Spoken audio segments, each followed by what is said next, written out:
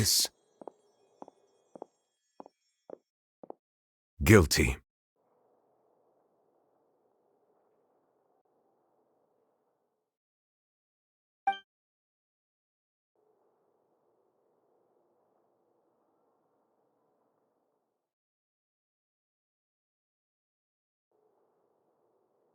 We shall now turn to the Oratrice Mécanique d'Analyse Cardinale to render the final verdict on the charges.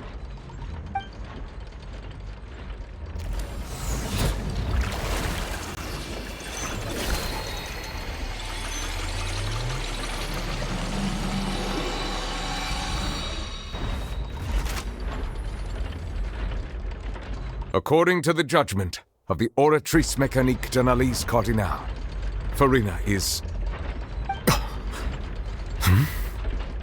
Well, what's wrong? What's the Oratrice's verdict? No, the Oratrice also displays a guilty verdict. Isn't that correct, then? However, the exact wording of the verdict is thus: the Hydro Archon, guilty, to be punished via the death sentence. The death sentence? That's actually one of the available sentences? I've always thought that it was just a myth. The one and only time the death sentence has been handed out at the court, and it's been given to the very person we've worshipped as the god of justice? What an unexpected twist. Furina's been sentenced to death by the Oratrice? We just wanted to use the trial to show her the seriousness of things so she'd tell us the truth. How did things escalate this quickly? This outcome is indeed quite strange. According to Fontaine's current definitions of justice, as well as its recommendations for criminal sentences, is this sentence really appropriate for the crimes that have been committed? Yeah! Even Vacher wasn't sentenced to death by the Oratrice. You know, the real evil mastermind behind the serial disappearances case. Indeed. Not only is Furina's sentence overly excessive, the very point of our trial today was also to prove that Furina has never been the Hydro Archon in the first place. But now, the Oratrice seems to have deliberately invoked the title of the Hydro Archon. What does this mean?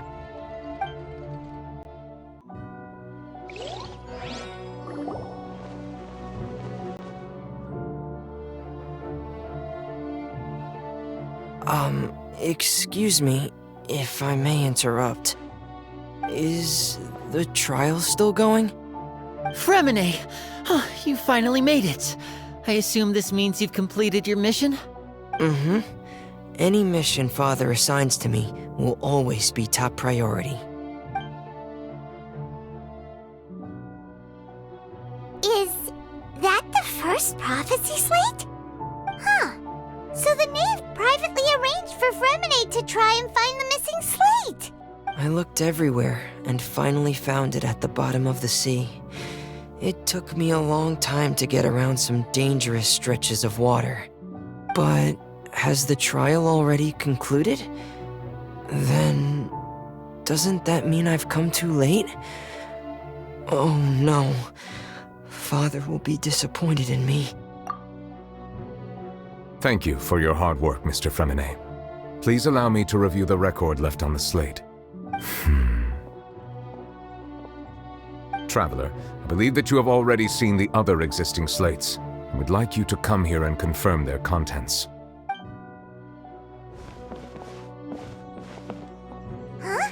So what do you see? What is it? I believe I have now made sense of the Hydro Archon's crime. It has to do with Fontaine's lost history. Huh? Isn't the Hydro Archon just guilty of deceiving her people?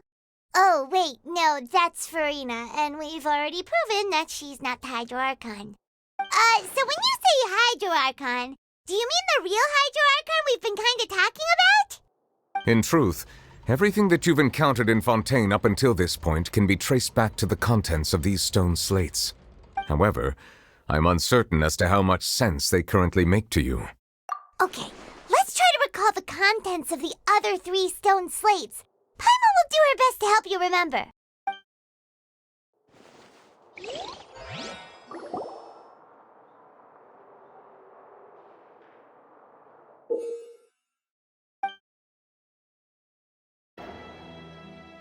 dissolve into the primordial sea but won't cease to exist, their essence will flow in the seawater, converge, and take the form of an Oceanid.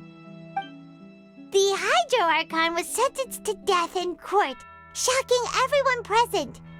Perhaps this means that her sin was actually Fontaine's original sin.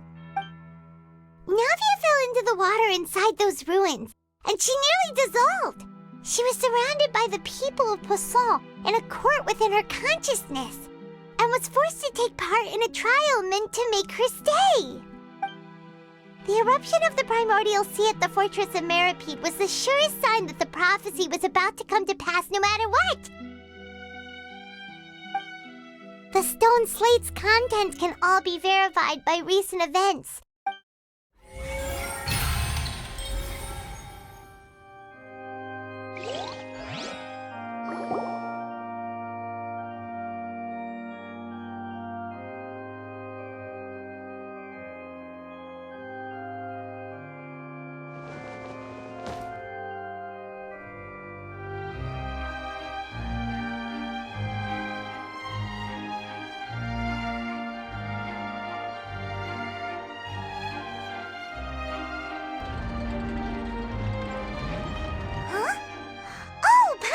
It now, so that's how you can make sense of it. But then it feels like we're going to have to share some truly shocking revelations. Let's hear them. Incredible. Linny, did you hear that? We're not real humans. All Fontanians were originally created by the late previous Hydro Archon, with Oceanids as their basis. The evidence for that can be found in how only Fontanians could dissolve in primordial seawater, and how all the girls Vacher dissolved were also turned into Oceanids. Oh, and according to Navia, when she was about to get dissolved, she also saw everyone gathered around for a trial, all of them in the shape of Oceanids. Indeed. Yeah, and it follows from the content of the first slate. That could also explain why the Oratrice judged the Hydro Archon to be guilty. It's to account for that ancient sin. The Hydro Archon's true sin was creating us? And yet, after many hundreds of years, the Hydro Archon's creations have turned around to try to judge the Archon within the Opera Epiclese.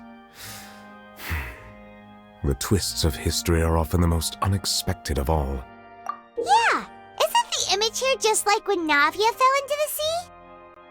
So wouldn't it be trying to show the image of the Hydro Archon also falling into the sea once the prophecy has been fulfilled in the fourth slate?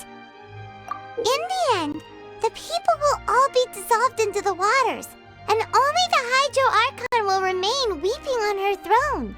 Only then will the sins of the people of Fontaine be washed away. Did Paimon get all that right? You've made some keen deductions. I must say, given how much you still don't know, it is impressive that you've already managed to connect so many pieces of the truth. However, while you were able to decode all the information on the slates, they've also been etched with an additional layer of hidden information using a different power source. When we were at the ruins, I tried to decipher the hidden information recorded in the slates. But since we only had 3 slates at the time, I was unable to come to a full conclusion. Now that the slate collection is complete, I shall make another attempt to decipher the narrative recorded within. If everything goes well, we should finally be informed of the unadulterated truth.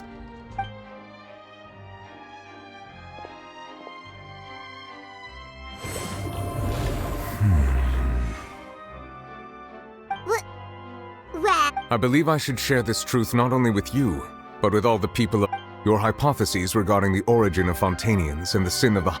In the Fontaine of old, the previous Hydro Archon sensed the yearning of her Oceanid familiars for life on land. The Oceanids were enamored with the beauty and romanticism of human beings, and wishing to have those experiences for themselves, expressed to the Hydro Archon their desire to become of a similar kind.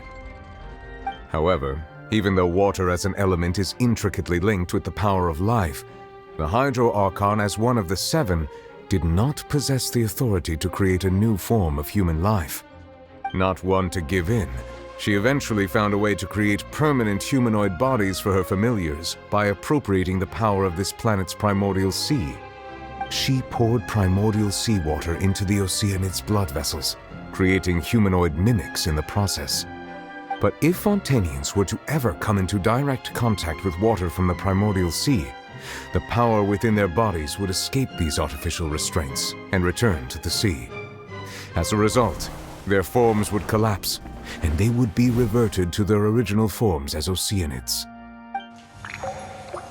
Of course, the Hydro Archon never received permission from the heavenly principles to create a new human race. And thus, the Hydro Archon and all of her creations came to shoulder the original sin of appropriating the power of the primordial sea. That is the true history of how the people of Fontaine first came into being. So we were all Oceanids before we turned into human beings? That's way too much information for me. I think I'm just going to pretend that I never heard a single thing. Wait, but if that's the truth, we can't let the Hydro Archon be sentenced to death. After all, her only sin was creating us. This really might be too much information for your regular Fontainian, but it does answer a lot of our questions. Alas, your hypothesis regarding the third and fourth, a key point of the visual, they have not been dissolved. The nation of Fontaine is the nation of Hydro, as well as the nation of trials and justice.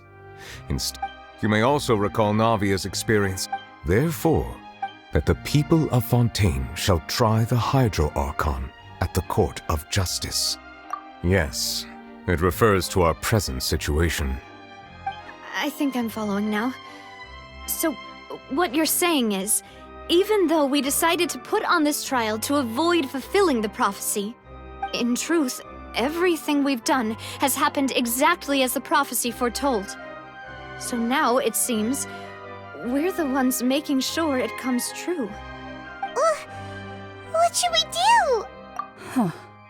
No matter what.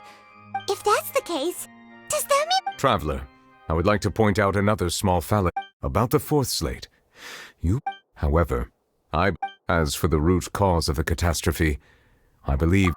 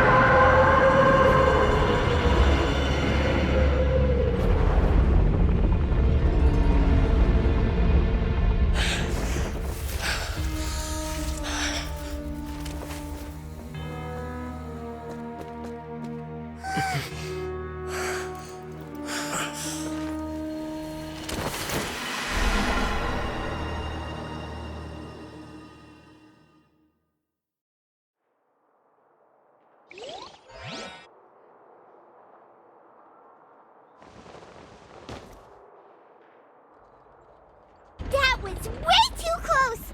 How did that thing just burst into the Opera House? Wait, was that the huge whale you saw in your dream? so. We've met it at last. I understand very well why it has chosen to make an appearance here. That whale does not belong to Tevat. It is a monster that has traversed the stars, weeping all the while. It has been greedily consuming the energy from the planet's primordial sea, using it to grow. That is the main cause for the rising sea levels. And once it has finished consuming all of the energy contained within the sea, its next step will be... You said that when the Hydro Archon first created Fontanians out of Oceanids, she filled their blood vessels with primordial seawater. Precisely. That whale finds the blood of Fontanians nigh impossible to resist. Therefore, when it left the primordial sea, it decided to make its next stop a packed opera house full of food. Food in the form of Fontanians. We just barely managed to push it back, right? In that case, won't it come back to target the people again once it's managed to recover its strength? That is correct. Indeed, it is more accurate to say that we should thank that Harbinger for buying us some time. Without him, the whale would have likely come onto land far sooner. From the way he looked, he must have been fighting the creature for quite a long time. That battle maniac. We've always known that he had a special connection with that whale, but we definitely didn't expect it to help us out like this. Anyway, now that we know that this whale is the actual cause of the disaster recorded in the prophecy, all we need to do to stop the prophecy would be to find a way to beat it up, right? It is too late. It had already absorbed too much of the even if the entire... That's not something... We've already done We've come so... Indeed, that's not... I'll fight it to the end. So the prophecy will be fulfilled no matter what, huh?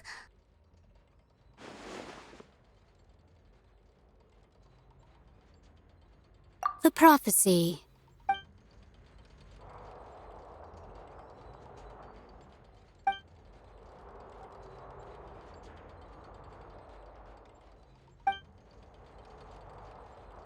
Just as prophecies are usually ultimately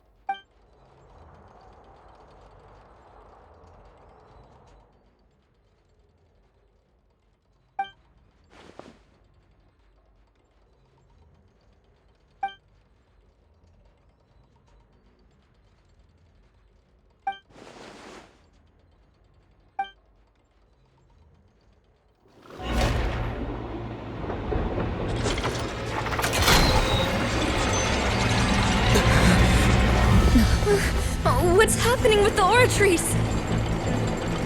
I believe it is preparing to carry out the death sentence.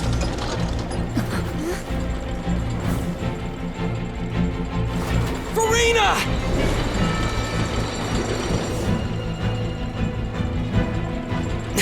No, I still need answers.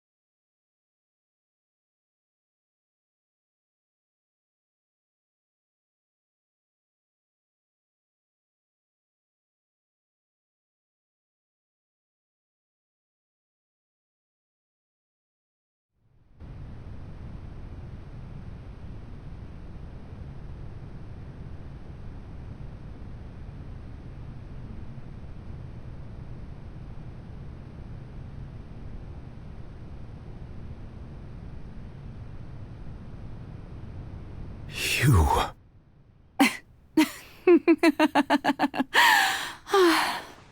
Sorry. That shocked expression on your face is just too amusing. I couldn't help myself. You are not Furina.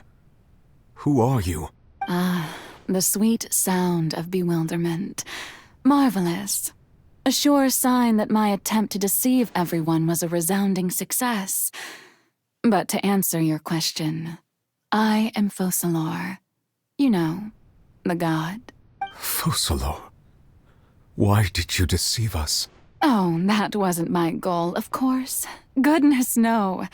But I had to fool everyone else too, if I was to stand any chance of deceiving the heavenly principles. Deceiving the heavenly principles? It's all because of that pernicious prophecy. Dreadful, wasn't it? Everyone doomed to dissolve. Fontaine condemned to be flooded. One was not amused. In fact, one was positively bemused when that problem was thrust upon me by my dearest predecessor. That's the former Hydro Archon Egeria, for the uninitiated. It hardly gets more disastrous than a preordained national catastrophe, now does it? She knew full well that the prophecy would surely come to pass. And as one of the seven, she also knew full well that one defies the heavenly principles at one's peril. So yes, as you have no doubt surmised, it was a rather impossible situation that I found myself in. I spent a terribly long time mulling it over, alone on the ocean floor. And I was almost growing barnacles by the time I finally realized there was only one possible solution to this confounding conundrum.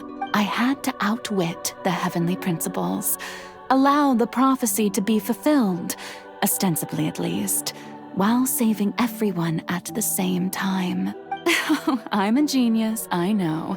I can only assume that's why Egeria chose me as her successor. Although, looking back now, it was hardly the inheritance one dreams of. Between the task of saving the nation, the quotidian duties of the Hydro Archon, and not to mention the original sin of creating a new race of humans, I dare say she left me quite a colossal mess to clean up. But one can only play the hand one is dealt. I did not choose this, any more than I chose to be one of her Oceanid familiars. So you were also once one of the Oceanids? Yes, I was.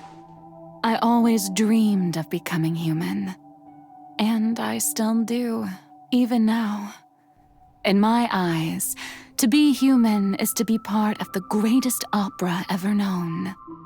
After becoming a god, I separated my divinity from my body and spirit, leaving behind only a self that was as naive and bewildered as my past self on her first day as a human being. The me you see before you now is that divinity. She could feel joy, sorrow, and everything in between. She could be as vain and conceited, or as meek and vulnerable as she wished.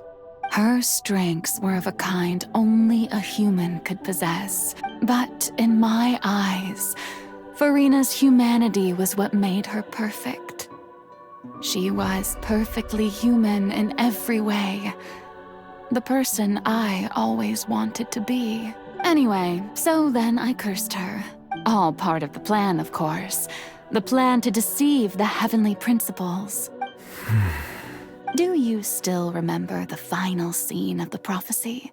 In order that the prophecy might appear fulfilled, under the curse I placed on her, so long as I, Focalor's divinity, continued to exist, she could not die. But nor was she free to live her life in the pursuit of happiness. Instead, she was forced to take the stage in the opera house, to embrace the role of leading lady, to forever play the part of the god from the prophecy.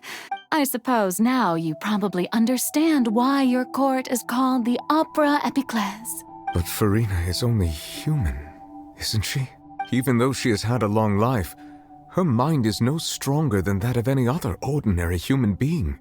I cannot begin to fathom what she has had to endure. It has indeed. It's been far, and all along, she's been playing her part in the most unimaginably long, unbearably lonely, and agonizingly painful opera of all time.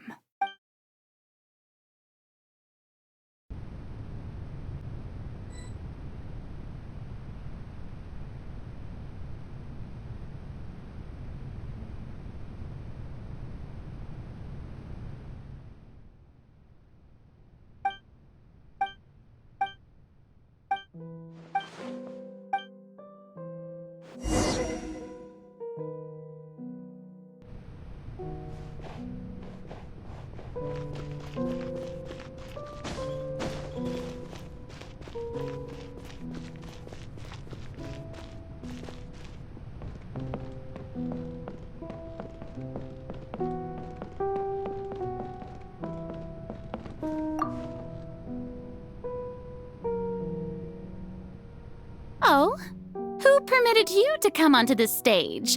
All right. It is not my intent to reprimand you. There is no need to state your name. I am Focalor. The eyes of countless Fontanians are upon.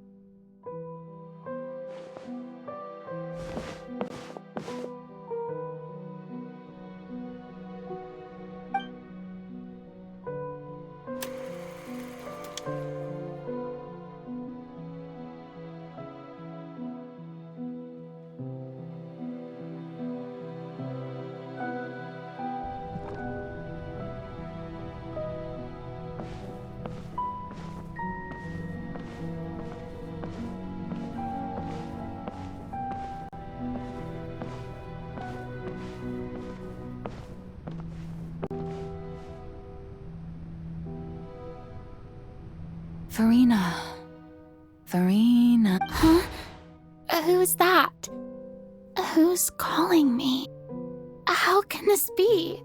Mirror me. The prophecy. What prophecy? The people. Oh. What? But. I will tell. Oh, But if there were. I suppose. Huh? Don't worry. Play. That's right. If you. But. Don't worry. Being a human. Remember. So. To a. But.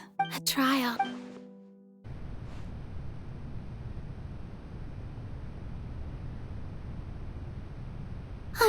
What should I say? I'm sure you've all. In truth, as the god Focalor, once again, this. I thought I. That's the new Hydro Archon. Is this some kind of joke by the Maison? I would have thought that a being that surpassed. Hey, did you hear that? She even told us to send her Shouldn't gods be all-powerful? She's being so modest. If you ask me, perhaps the succession didn't actually happen. Wait, what's right? Calm down, Furina. Assertive. Now, I